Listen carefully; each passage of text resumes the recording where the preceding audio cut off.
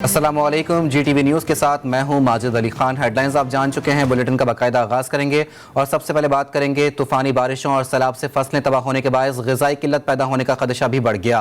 मुल्क भर में सब्जियों और अजनास की कीमतें रोज़ बरोज़ बढ़ने लगीं। मुख्तलिफ शहरों में प्याज की कीमत 400 रुपये फ़ी किलो तक पहुँच गई। टमाटर और दीगर सब्जियों की कीमतों में भी गैर मामूली इजाफा हो रहा है। चावल और दालों की कीमतों ने भी अवाम के होश उड़ा दिए हैं। तूफ़ानी बारिशों और सैलाब से फसलें तबाह होने के बायस ग़िज़ाई किल्लत पैदा होने का खदशा बढ़ गया।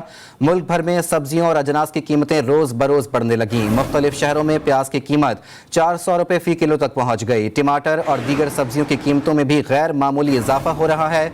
चावल और दालों की कीमतों ने भी अवाम के होश उड़ा दिए हैं। कराची में सब्जियों के दाम आसमान से बातें करने लगे हैं। शहरियों का कहना है कि पहले भी महंगाई में चक्की में पिसे हुए थे, अब तो सब्जियां भी पहुंच से दूर होती जा रही हैं। मजीद बता रहे हैं हमारे नुमाइंदे वाजिद अली खान। वाजिद, बताइएगा।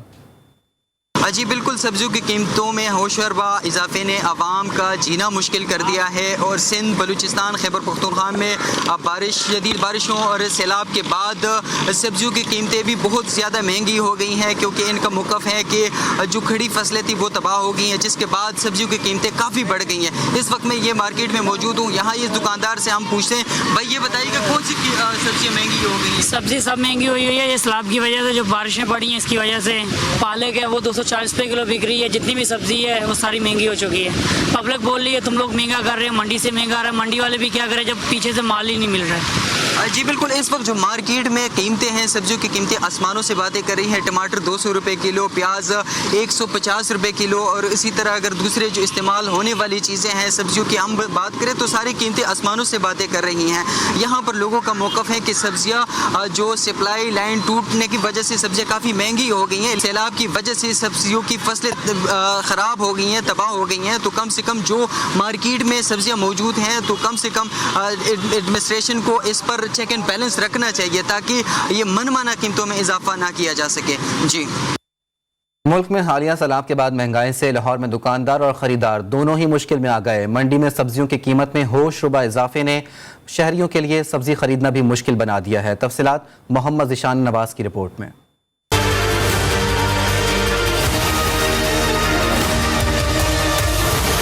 कुदरती आफत अंदरून सिंध, KPK, बलोचिस्तान और जनूबी पंजाब में आई, लेकिन इनके साथ साथ शहरों के बासी भी मुश्किलात में फंस गए। बिजली के बिलों, आटा, घी और चीनी के बाद अब सब्जियां खरीदना भी मुश्किल हो गई। कुछ दिन पहले प्याज की कीमत 60 से 80 रुपए किलो थी, जो अब 300 से 400 रुपए हो गई है। टमाटर की कीमत 70 रुपए थी, लेकिन अब नायाब हो गया है। सब्जी तो इतनी महंगी है कि गरीब फेर फेर के ऐसे ही चला जाता, कहता चलो रूखी सूखी खा लेंगे।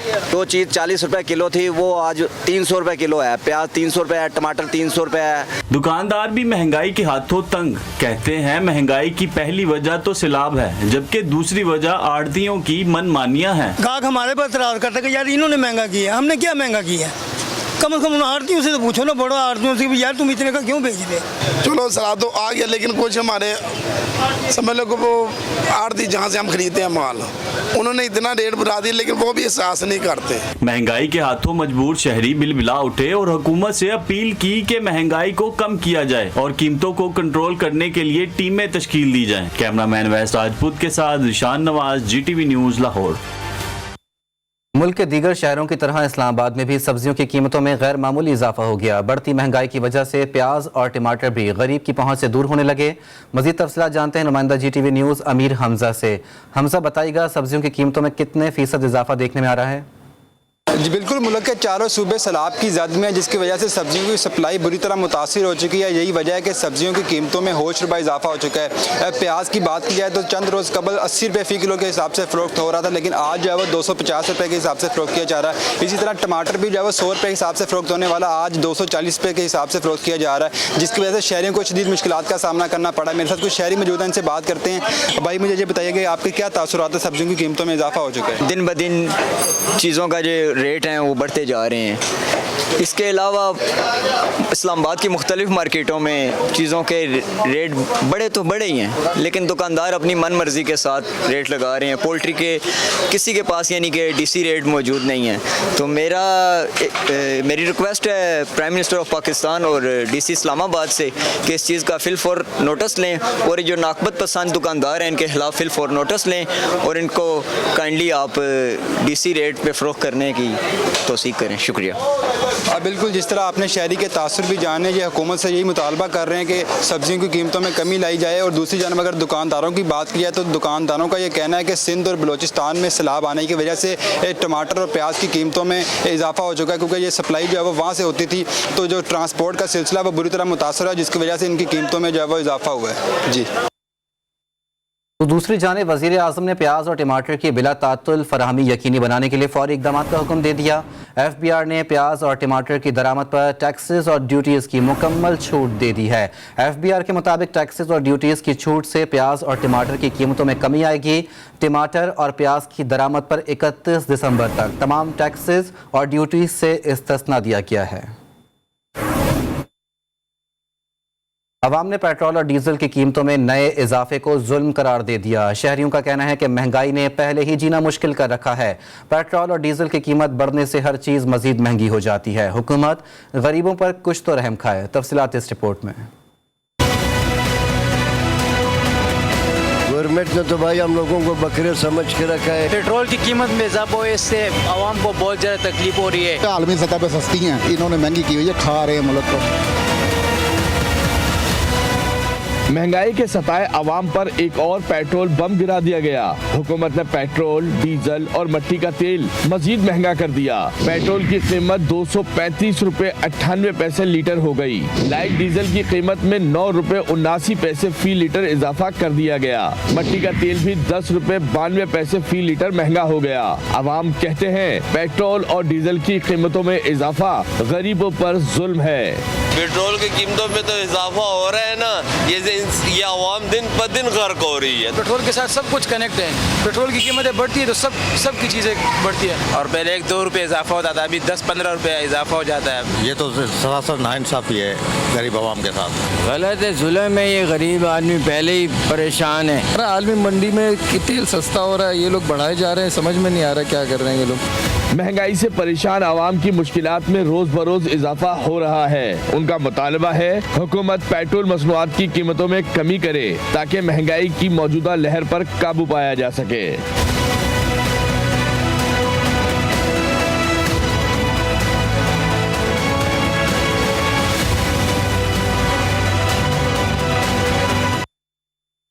वज़ीर आज़म शहबाज शरीफ ने शमसी तवानाई से बिजली पैदा करने के मंसूबे की मंजूरी दे दी और इस मंसूबे पर हंगामी बुनियादों पर काम शुरू करने की हिदायत भी जारी कर दी है। वज़ीर आज़म ने अपने एक बयान में कहा कि महंगा तेल मंगवाकर बिजली बनाने के बजाय शमसी तवानाई से बिजली पैदा की जाए। उनका कहना था कि मंसूबे के तहत सोलर पावर से 10,000 मेगावाट बिजली पैदा होगी। पहले मरहले में सरकारी इमारतों और ट्यूबवेल्स की सोलर सिस्टम पर मुंतकली और कम यूनिट इस्तेमाल करने वाले घरेलू सारिफीन को सोलर बिजली दी जाएगी। वज़ीर आज़म ने आइंदा मौसम गर्मा तक आवाम को बिजली की फराहमी में खातिर ख्वाह रिलीफ देने की भी हिदायत की है। रहनुमा मुस्लिम लीग नून शाहिद खान अब्बासी कहते हैं आज जो हालात हैं ये इमरान खान हुकूमत की गफलत का नतीजा हैं। इस्लामाबाद में प्रेस कॉन्फ्रेंस के दौरान मजीद कहा 4 माह में हमने पाकिस्तान की साख को बहाल किया। मुश्किल हालात में इस हुकूमत ने मुश्किल फैसले किए। हमारे फैसलों से ही मईशत की तरक्की का रास्ता निकलेगा। तो आज जो मुश्किलात हैं ये इमरान खान के नाकामियों और गफलत का नतीजा है। ये इमरान खान की हुकूमत की करप्शन का नतीजा है। हमने कभी ये उज़र नहीं दिया, हमने चैलेंज का मुकाबला किया, मुश्किल फैसले किए, उसकी सियासी कीमत अदा की। वरना हमारे लिए बड़ा आसान था कि जो इमरान खान 4 साल झूठ बोलता रहा पाकिस्तान के अवाम से, जो गफलत बरतता रहा, हम भी वही तरीका अपनाते और इन मामलात को मजीद मईशत को तबाह हाल करके चले जाते। लेकिन हमने पाकिस्तान की साख को बहाल किया। 4 महीने का एक अरसा लगा। मिफ्ता इस्माइल साहब ने जिस लगन से उनकी टीम ने काम किया वो तारीखी है। पाकिस्तान की तारीख, माशी तारीख में कभी ऐसी मिसाल नहीं आई कि जितनी मेहनत और जितने मुश्किल हालात में इस हुकूमत ने फैसले किए, मुश्किल फैसले किए। हम मुल्क की ज़रूरियात से हम अपने आप को अलहदा नहीं कर सकते। इसलिए मुश्किल फैसले करने पड़े और इंशाअल्लाह इन मुश्किल फैसलों से जो बोझ पाकिस्तान के अवाम ने बर्दाश्त किया है, इसी से मुल्क की बेहतरी, मईशत की तरक्की का रास्ता निकलेगा। साबिक वज़ीर आज़म इमरान खान को इंसदाद दहशतगर्दी अदालत से रिलीफ मिल गया। जज और पुलिस हुक्काम को धमकियाँ देने के मुकदमे में अदालत ने इमरान खान की अबूरी जमानत में 12 सितंबर तक तौसी कर दी। इमरान खान ने अदालत में पेशी के मौके पर मीडिया से गुफ्तगू में कहा, मैं अब और ज़्यादा ख़तरनाक हो गया हूँ। ख़तरनाक होने के बारे में सरगोदा जलसे में बताऊँगा। ज़्यादा खतरनाक हो रहा हूँ। आपकी अहलिया पर इल्जाम लगा कि उसने हीरो का हार लिया उसने हीरो का हार। आप आगे अच्छा क्या ये झूठा मुकदमा बनाकर इमरान खान का कुछ नहीं बिगाड़ रहे, मुल्क की साख मजरू कर रहे हैं। पीटीआई रहनुमा असद उमर की बाबर अवान की हमरा अदालत के बाहर मीडिया से गुफ्तगू। बोले, इनको नजर आ गया है कि सियासत में इमरान खान का मुकाबला मुश्किल नहीं, नामुमकिन है। मसले का एक ही हल है, इलेक्शन कराएं, अवाम को फैसला करने दें। आप इमरान खान का तो कुछ नहीं बिगाड़े, लेकिन आप मुल्क के अंदर मुल्क की साख जो है तमाम दुनिया के अंदर उसको ज़रूर मजरू कर रहे हैं। इनको नज़र आ गया है कि इमरान खान का सियासी मुकाबला करना अब मुश्किल नहीं, नामुमकिन हो गया है। तो उसके लिए एक ही हल मौजूद है, इलेक्शन कराएं, अवाम को फैसला करने दें। हमारे ख्याल में अवाम फैसला कर बैठी है इमरान खान की हक में। नई 4 दफात वो बना के ले आए हैं। उनमें से पहली दफ़ा ये है कि पूरी इन्होंने लिखा ये है कि पूरे पाकिस्तान के अंदर एक बदअमनी इमरान खान के बयान की वजह से फैल गई है। दूसरी दफ़ा वो लगाई गई है जिस दफ़ा को अदालत दहशतगर्दी की इजाज़त दे तो फिर लगाया जा सकता है। मैंने उनको सेक्शन बताया और प्रोविज़न बताई। तीसरी वो लगाई गई है जिसमें आग लगाना, कत्ल की धमकी देना वो है। अब कुछ बात करेंगे सैलाबी सूरत हाल की। सिंध के ज़िला दादू में बलूचिस्तान से आने वाले सैलाबी रेलों ने तबाही मचा दी। तीनों तहसीलों का ज़िला हेडक्वार्टर से ज़मीनी राब्ता मुनक़ता हो गया। जोही, मेहड़ और खैरपुर नाथन शाह में शहरी सैलाबी सूरत हाल से दो चार हैं। तफसीलात इस रिपोर्ट में।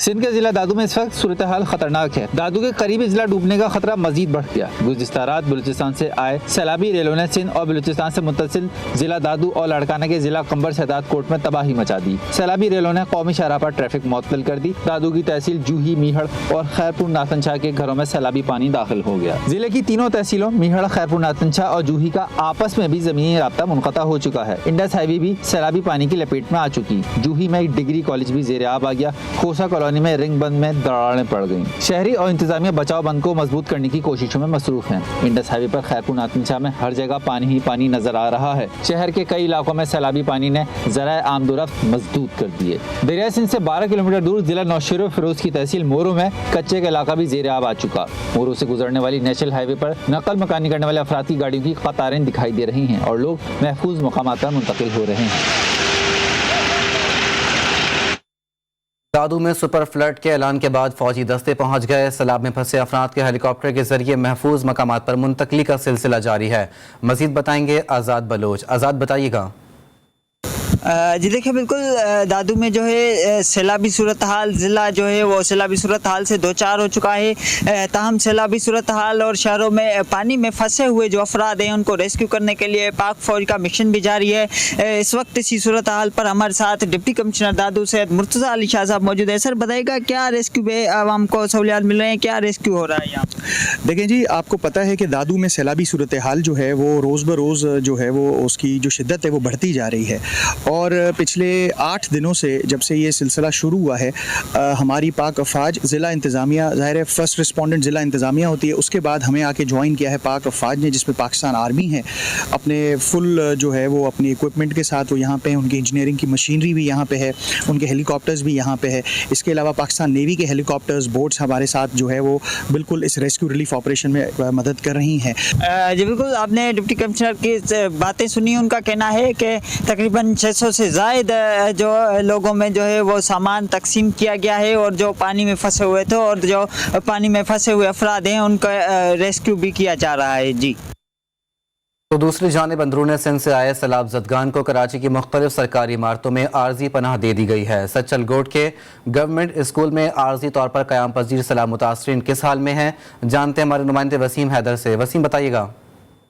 जी बिल्कुल, मैं इस वक्त मौजूद हूँ सच्चल गोट के गवर्नमेंट गर्ल्स सेकेंडरी स्कूल खातून पाकिस्तान में, जहाँ पर सैलाब के मुतासरीन को रखा गया है। मेरे कैमरामैन अली रज़ा आपको दिखाएंगे कि ये वो स्कूल है जहाँ पर सिंध के जो लोग हैं जो मुतासिर हुए हैं हालिया सैलाब से। महराबपुर का इलाका है हुसैन जो गोट, वहाँ के ये सारे रिहायशी हैं। आइए अब बात करते हैं और ये जानने की कोशिश करते हैं कि क्या मुश्किलात जो हैं वो उनको यहाँ पर कैंप में मिल रही हैं। बड़े साहब, ये बताइएगा इस कैंप में क्या मुश्किलात हैं, आपको क्या परेशानियाँ हैं? सर, परेशानी हमारे को यही है, हमारे बच्चों को छोटा जूस और दूध की कमी है। वाटर कूलर की ज़रूरत है, जो रात को टाइम हमारे को पानी नहीं होता, बच्चे बहुत तकलीफ में होते हैं।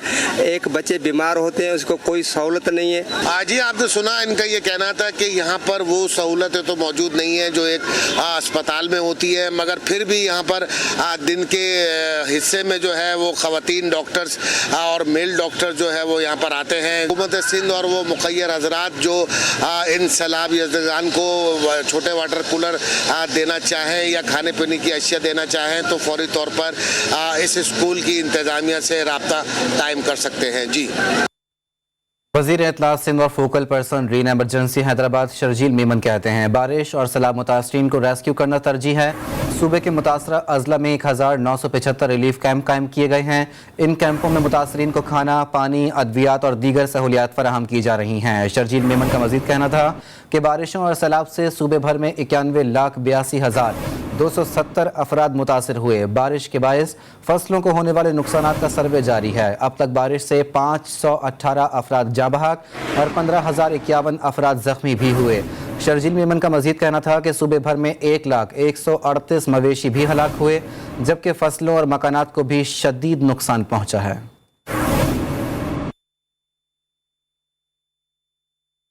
रुख करेंगे कोयटा का। बेरहम सैलाबी पानी ने कोयटा के नवाही इलाके कली नासरान में भी तबाही मचा दी। 20 से ज़ायद कच्चे मकानात को नुकसान पहुंचा। सैलाब मुतासरीन ताहाल हुकूमती इमदाद के मुंतज़िर है। मज़ीद तफसीलात जानते हैं हमारे नुमाइंदे मोहम्मद फैज़ान खान से। फैज़ान, आगाह कीजिएगा।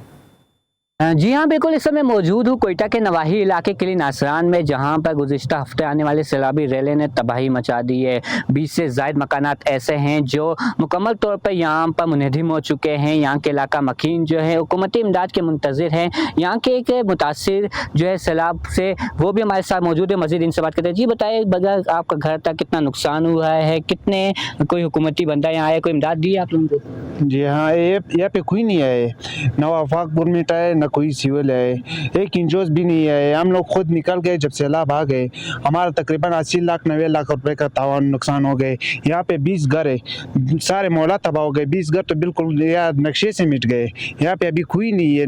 हम लोग जब सैलाब आए कोई भी इधर नहीं आया था। हम लोग वफाक गवर्नमेंट को कह रहे थे कि हम लोगों से पानी दूर करो, वो लोग आके तस्वीर लेके वापस जाते हैं। जी हाँ, बिल्कुल आपने सुना। इनका कहना है कि जब सैलाबी रेला है अपनी मदद आपके तहत इन्होंने घरों से निकले हैं, अपनी जानें बचाई है। यहाँ पर जो है 20 से ज़ायद घर ऐसे हैं जो मुकम्मल तौर पर तबाह हो चुके हैं। ताहाल यहाँ पर हुकूमती बंदा या इंतजामिया का कोई बंदा यहाँ पर नहीं आया है। सूबाई हुकूमत या PDMA की जानिब से दावे तो किए जा रहे हैं कि वो सैलाब ज़दा इलाकों में इमदादी सामान जो है पहुँचा रही है, मुतासरीन में इमदाद जो है उन्हें दी जा रही है। लेकिन ये कोयटा का नवाही इलाका है, ज़्यादा दूर भी नहीं है, लेकिन यहाँ के मुतासरीन भी ताहाल जो है हुकूमती इमदाद के मुंतज़िर हैं। जी, नौशहरा के सैकड़ों घरों में अब भी सैलाब का पानी जमा है, जिससे रिहायशियों को शदीद मुश्किलात का सामना है। मुतासरीन बेयारो मददगार खुले आसमान तले रहने पर मजबूर हैं। मजीद जानते हैं हमारे नुमाइंदे नवाब शेर से, जो मुतासरीन के साथ ही मौजूद हैं। नवाब, आगाह कीजिएगा। जी बिल्कुल, नौशहरा में सैलाब ने तबाही मचा दी है और सैलाब का पानी जो है वो शहरियों के घरों में दाखिल हो चुका है, जिसकी वजह से उनको शदीद मुश्किलात का सामना करना पड़ रहा है। मैं इस वक्त नौशहरा के इलाके पुश्तून गढ़ी में मौजूद हूँ, जहाँ पर घरों में बहुत ज़्यादा पानी है और शहरियों को जो है वो शदीद तकलीफ़ का सामना करना पड़ रहा है। मेरे साथ शहरी मौजूद हैं, उनसे बात करते हैं। जी, सैलाब ने बहुत तबाही मचा दी है, हुकूमत दावे कर रही है कि आप लोगों को इमदाद दी जा रही है, और क्या मुश्किलात है, क्या इमदाद दी जा रही है और मुश्किलात क्या है? गाँव में पानी आया है, गाँव सारे अतराफ से पानी में डूबा हुआ है। अभी तक साफ़ पानी की फराहमी शुरू है, खुराक शुरू है, लेकिन इंसान के साथ जो है ना हर किस्म ज़रूरियात की रिलेशन जो है ज़िंदगी बसर करने का, इसके बाद जो ज़रूरियात आने वाले हैं उसके लिए सोचना है और इसके लिए आगे तरीक़ाकार अपनाना है। जैसा कि आप लोग देख रहे हैं कि यहाँ के जो मकीन है वो हुकूमती इमदाद के मुंतज़िर है और वो इन लोगों का यही कहना है कि उनके घरों में पानी दाखिल हो चुका है और कड़ी जो इमलाक हैं उनको भी नुकसान पहुँच चुका है, जबकि बहुत सारे शहरियों के घर जो है वो सैलाब से गिर भी चुके हैं। तो वो हुकूमत से मुतालबा कर रहे हैं कि उनको इमदाद फराहम किया जाए। जी, डेरा गाजी खान में सैलाबी सूरत हाल के बाद अवाम मसाइल से लड़ रहे हैं। डीजी खान और तोनसा शरीफ में हज़ारों सैलाब मुतासरीन अब भी इमदाद के मुंतज़िर हैं। मज़ीद बताएंगे हसनैन अहमद। हसनैन बताइए।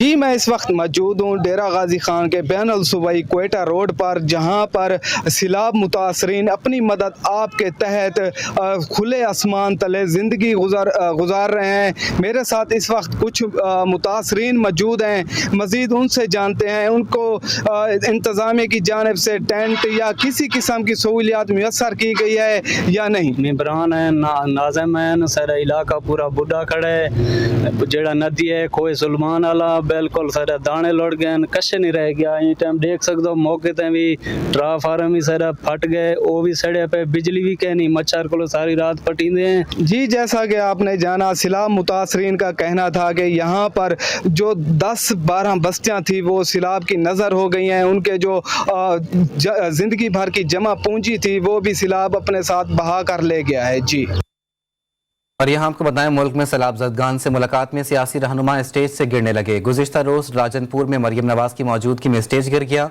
आज फाजिलपुर में यूसुफ रज़ा गिलानी के खिताब के दौरान स्टेज गिर गया। स्टेज गिरने से पीपल्स पार्टी के रहनुमा यूसुफ रज़ा गिलानी को मामूली खराश आई।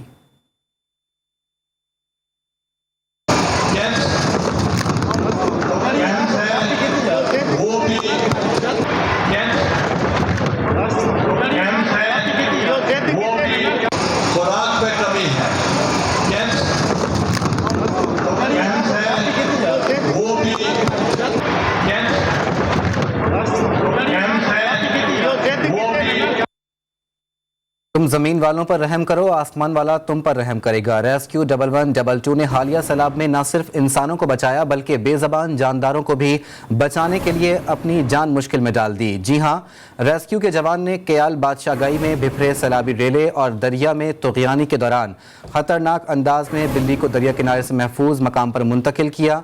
वीडियो सोशल मीडिया पर वायरल हो गई और सारिफीन ने अहलकार के जज्बे को खूब सराहा।